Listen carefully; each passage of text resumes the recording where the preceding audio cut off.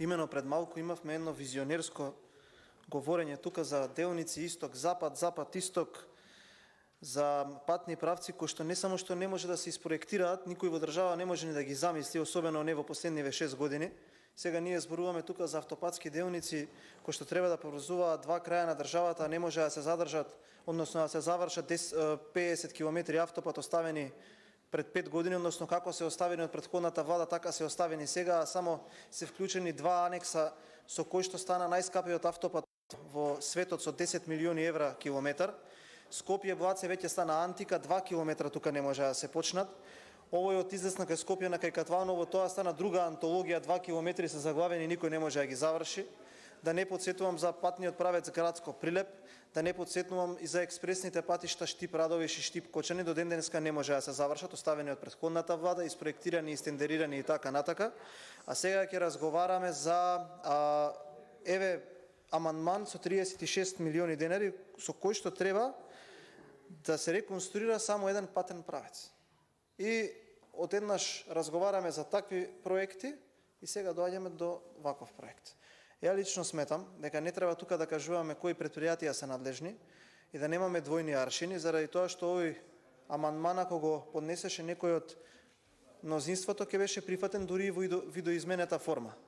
Чим го поднесува некој од опозицијата, фактички овој амандман е неприфатлив за мнозинството од причини од кои што не ми се познати.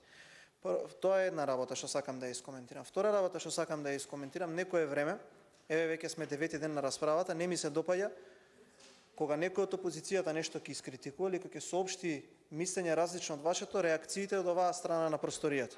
Прво мора да разберете дека никој тука нема да ги кажува работите кои што вие ги кажувате, односно само фалењето на себе си, затоа што тие работи не се вистина.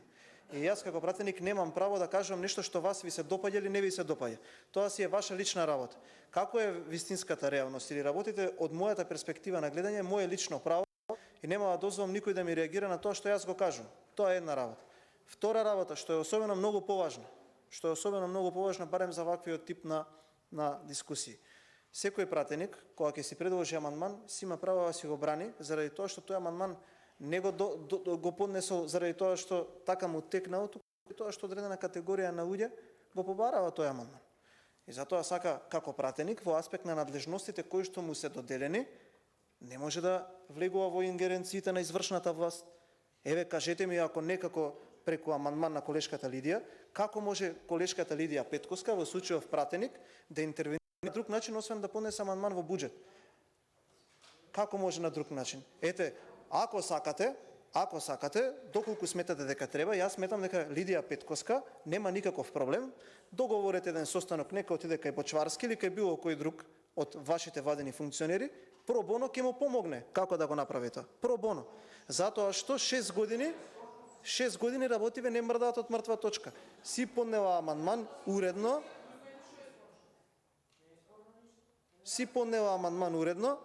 и си го брани амандманот. Дали може на некој начин друг да влијае на буџетот? Не може. Затоа преку ваков инструмент кој што е доделен по деловникот, со амандмани ќе проба да го менува тоа или не. Тезата дека со амандмани не треба да се бориме за подобрување на нештата не држи вода. Или во најмала рака е ступидна, таа не ја кажав јас, туку ја кажа некој од оваа страна, нема да го именувам. Така да додека му е даден како инструмент, секој пратеник има можност и ако сака ќе си поднесува амандмани. Дали се исти претходниве 5, 6 или кој знае колку години, не треба да се запраша тој пратеник што ги поднесува, туку тие кои што ги одобруваат.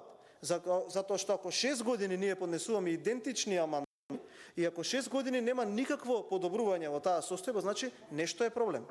Сега ние можеме да речеме, ако пратеничката ги поднесува амандманите или пратеникот, или јас, или Бранко, или било кој друг, во изминативе 6 години истите амандмани, тогаш ние ги слушаме и истите образложенија.